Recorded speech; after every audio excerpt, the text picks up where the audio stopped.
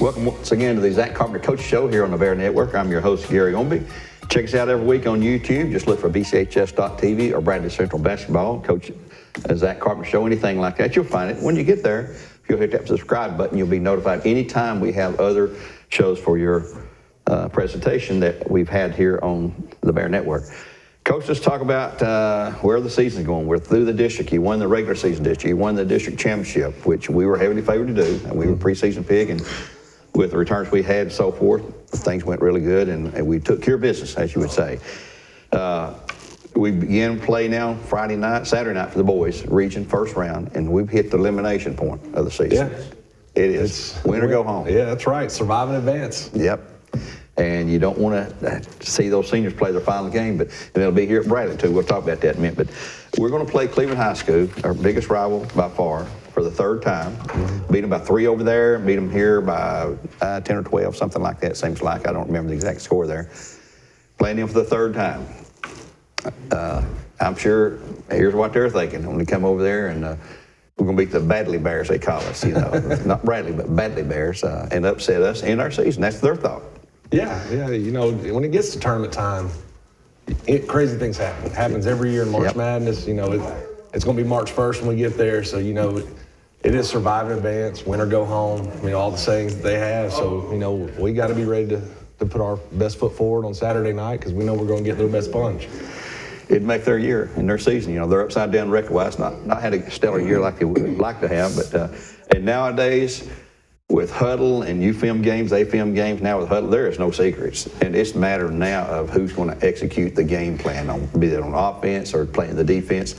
There's nothing new to look at, you know. No, there's not a whole lot different going on with our team especially. You know, I can't speak for them, but you know, what we do is what we do, and you know, like you said, there's plenty of film out there for people to see and scout, and who is going to go out there and execute their game plan and be able to execute on the offensive end, defensive end the best. Well, it's all about execution. What's your biggest concern about the Raiders at this point in the season right now? You know, they can get hot. You know, they've got shooters, they got guys that can attack the basket. You know, we got to do a nice job of staying in front of the ball, staying out of rotations, limiting them to one shot, and then just coming down on the offensive end and being able to execute our offense. Well, it's going to be fun. You're finished the season in a great way. We went through early season, we was up, had 5 or 6 wins to start off the year, then we lost 5 in a row, had some injury issues and things like that, come back and played pretty consistent ball, but boy, the last 8 games, which were all wins to wrap up the season years, including 2 games in particular I want to talk about. One, East Hamilton in the championship final Saturday night at Howard. We'd faced them twice and we beat them twice. But they are a challenge, you know, and they could make some noise in the region moving forward too. But you played real well there at Howard. And then the game before that, though, 2 games before that, the Catholic game, Knox Catholic game here, we lost up there by 1 point. And that's one of those games, and I've heard you say this, you know, if we'd had that one more rebound, we could have got even or maybe gone ahead and won that game. Didn't. But down here, we beat them by about 20, 25 points. And that was one of the most complete games we've had all year. Defensively, offensively, we was crashing the boards, we was taking care of business, not making dumb turnovers and things like that. And to me, that was a super, you know, ego-building kind of thing for the team to say, hey, we can play, because we'd gotten behind some games like up there and could not get over the hump. Now, East Hampton, we were down 9 points second half.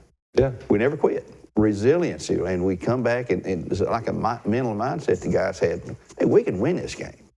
Well, I think, you know, the Knox Catholic game was senior night. Yeah. Obviously, we had focused in on that one. You know, it was a get-back game for us. They had got us early in the year. Right. You know, we wanted to get them back. And B, it was just being able to send our seniors out the right way. You know, we talked on that, like, guys, you know, the time is coming to an end. Yeah. Take advantage of every day that you have. And seniors, this is going to be your last regular season home game that we have. So we wanted to send them out the right way. And they were locked in, they were focused. And everybody, you know, wanted to do that. And then going to the East Hamilton game, you know, I didn't think we did a great job of executing for about the first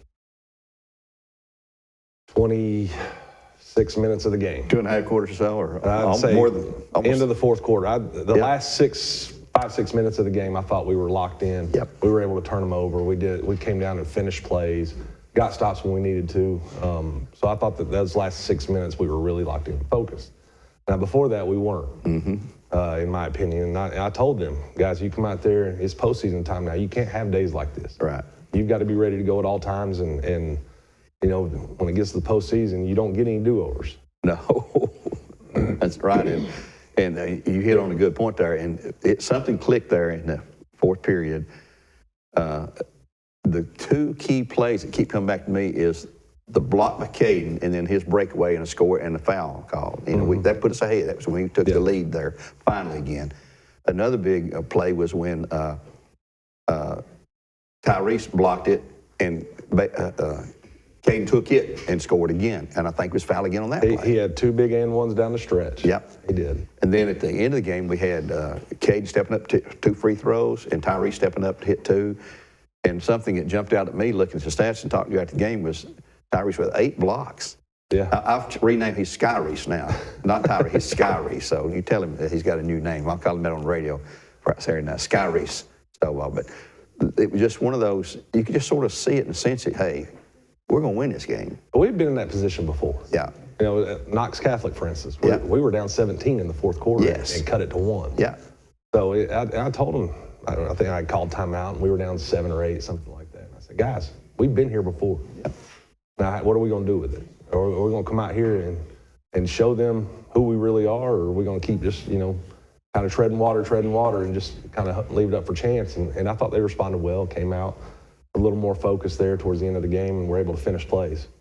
Well, that was a timeout you call her, I think, is watching the game. We had it on the radio, of course, but it was, you just feel the momentum shift there, and I knew then that we were going to come back. We had a good chance to win. I didn't know if we was going to win or not.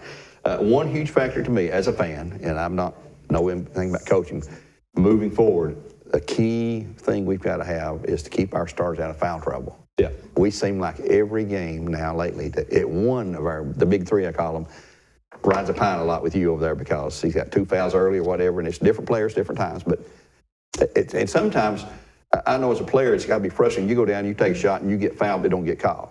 Then you react. You know, you're not striking out, but you're reacting. You know, you're frustrated, and going back down the court, you bump a little too hard, and well, you get fouled then. Yeah. So you made 2 mistakes. You know, but yeah, and that comes back to discipline. Yeah, you know, we've got to do a better job of being more disciplined on the defensive end, and not reacting. Don't let one mistake turn into 2 mistakes. Right. Forget just about play it. through it. I tell them all the time, guys, you cannot affect a referee's whistle. You're not going to change it. Right. I'm not going to change it. So we just got to go out there and adjust to how they're calling the game and be able to play through it. Well, it's like we said, it's do or die. You know, win or go home one. You can't have a down period.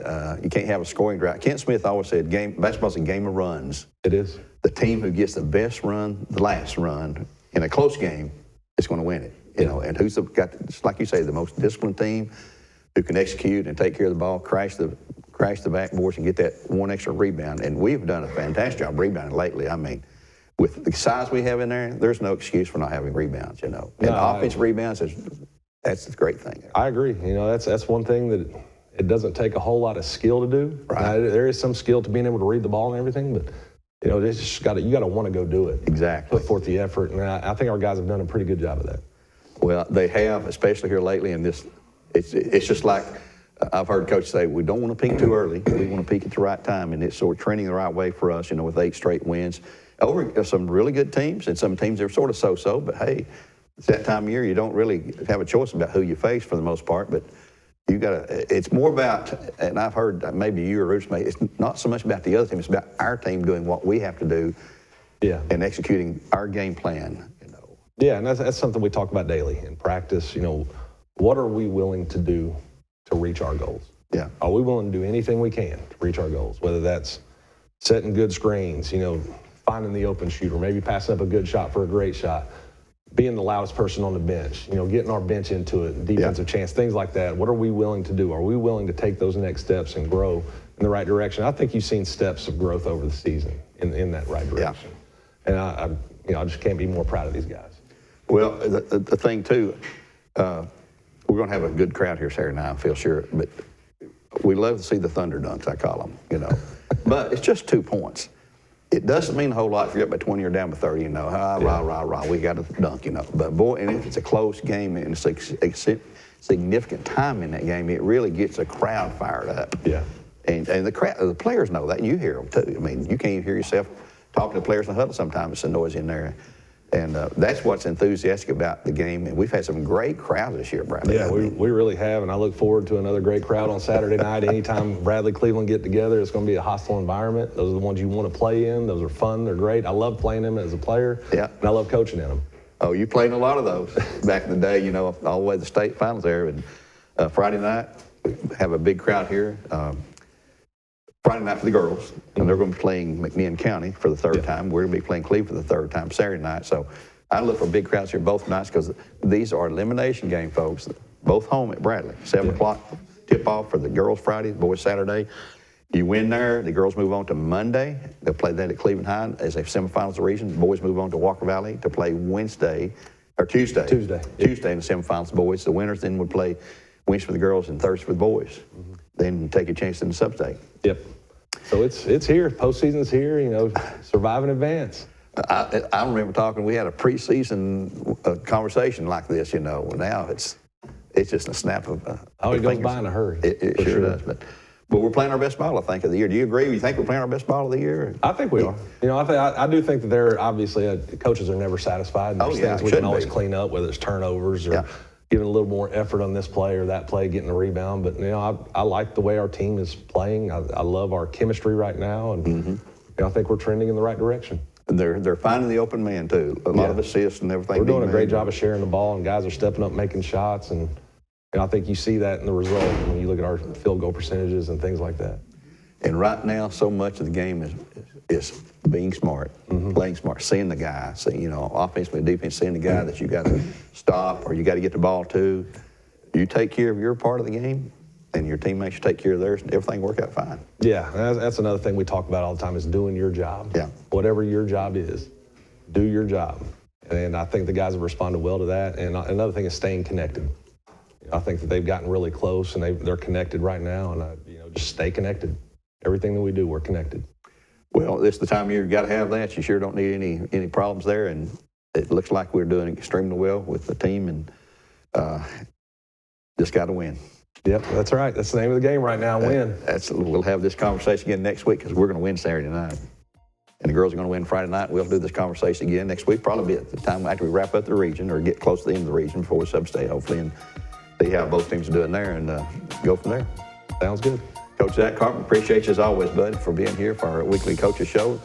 And we'll do this again next week. Until then, this is Gary Orman saying so long. And I'd like to thank Mr. Gwen Schroyer, the professor we call him, for all the help he has in making these shows possible back here with the students and him. And he'll be through NFHS Friday and Saturday night. You'll be able to view the game and hear our audio from Mix 104.1. So keep that in mind too. Till next time, this is Gary Orman saying so long for now. God bless and go Bears.